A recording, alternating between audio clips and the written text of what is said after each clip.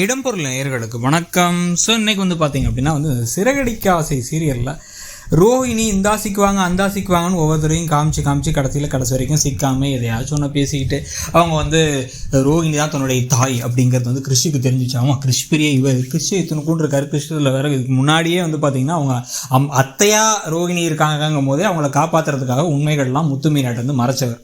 அவர் இப்போ என்ன பண்ண போகிறார்? ஒன்றுத்தையும் பெருசாக பண்ண போகிறது இல்லை. அவருக்கு இப்போ உண்மை தெரியறதுனால நம்ம ஆனால் எதிர்பார்க்கறது எல்லாமே ரோஹிணியுடைய ஆட்டங்களும் இந்த பக்கம் விஜயாவோட கொடுமைகளும் மீனா பண்ணுற அராஜகங்களும். மீனா என்ன அராஜகம் பண்ணுறாங்க அப்படின்னு பார்த்தா யார் எவ்வளோ அசிங்கப்படுத்தினாலும் கேவலப்படுத்தினாலும் மூஞ்சில் காரி துப்புனாலும் தொடச்சிக்கிட்டு திருப்பி அவங்களுக்கு சமைச்சு கொடுக்கறது, டீ போட்டு கொடுக்கறது, இன்னும் கை கால் மட்டும் தான் அமைக்க விடல. இந்த மாதிரி எல்லா வேலையும் செஞ்சுட்டு இருக்காங்க. வேறு இதில் இந்த கொடுமையெல்லாம் பார்த்துட்டு இருக்கும்போது நம்ம எதிர்பார்க்குறது முத்துக்கும் மீனாக்கும் நல்லது நடக்கணும். அதே சமயத்தில் கொஞ்சமாச்சும் மனோஜுக்கும் ரோஹிணிக்கும் அடி மேலே அடி கிடைக்கணும் அப்படிங்கிறது தான். ஏன்னா மனோஜ் 30 லட்ச ரூபா பணத்தை தன்னோட ஜீவாவுடைய பணத்தை வச்சு தான் அந்த கடையை ஆரம்பிச்சிருக்காருங்கிற உண்மை தெரிய வந்தால் பயங்கரமான ஒரு விஷயமா இருக்கும். அதுதான் நம்ம எதிர்பார்க்குற ஒரு விஷயமும் கூட.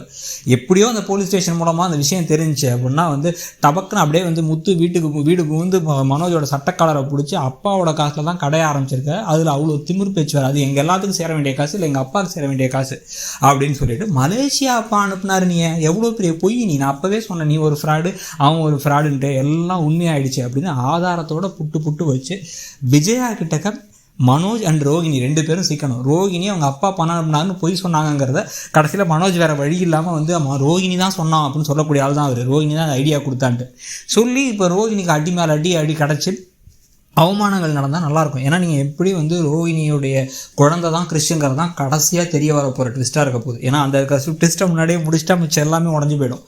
முதல்ல தெரிய வர வேண்டியது மலேசியாவில் அப்பாவே கிடையாது, இவங்க பணக்காரங்களும் கிடையாது அப்படிங்கிற உண்மை தெரிய நான் கூட்ட அந்த மருமகனதே உங்களுக்கு ஷாக்காக இருக்க. இதுக்கு பிறகு தான் இவங்க இந்த பார்லரை வித்துட்டாங்கிற சம்பவம், இல்லை இந்த மலேசியா மாமான ஒருத்தர் வந்ததுங்கிறது பொய்யுங்கிறது, இந்த வசீகரனை வச்சு நடக்க போகிறது, அந்த தினேஷ் பிஏ வச்சு நடக்க போகிற சம்பவங்கள் ஒரு பக்கம், இதெல்லாம் தெரிஞ்சதுக்கு பிறகு தான் கடைசியாக ஒருவேளை அவங்க அம்மா, அதாவது ரோஹிணியுடைய அம்மா இறந்துட்டாங்க, அவங்களுக்கு அப்புறம் அந்த குழந்தைய யாருமே பார்த்துக்கிறதுக்கு இல்லை அப்படிங்கும் போது அந்த குழந்தைய கூட்டு நாங்களே இங்கே வளர்க்குறோம் அப்படின்னு முத்து மீனாவை இங்கே கூட்டு வரதுன்னு கதை போக வாய்ப்பு இருக்குது. அப்புறம் கடைசியில் ஒரு நாள் ரோஹிணி தன்னோட புள்ள தான் அது அப்படின்னு சொல்கிறதுக்கும்.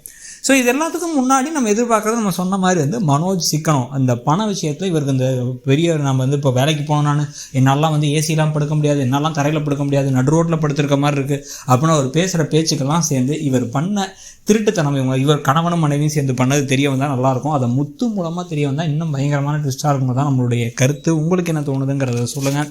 இந்த சீரியல் எப்படி போகுதுன்னு நினைக்கிறீங்கிறதையும் சொல்லுங்கள். தேங்க்ஸ். இடம்பொருள் நேயர்களுக்கு வணக்கம். ஸோ இன்னைக்கு பார்த்தீங்க அப்படின்னா சிறகடிக்க ஆசை சீரியலில் ரோஹிணி இந்தாசிக்கு வாங்க அந்தாசிக்கு வாங்கன்னு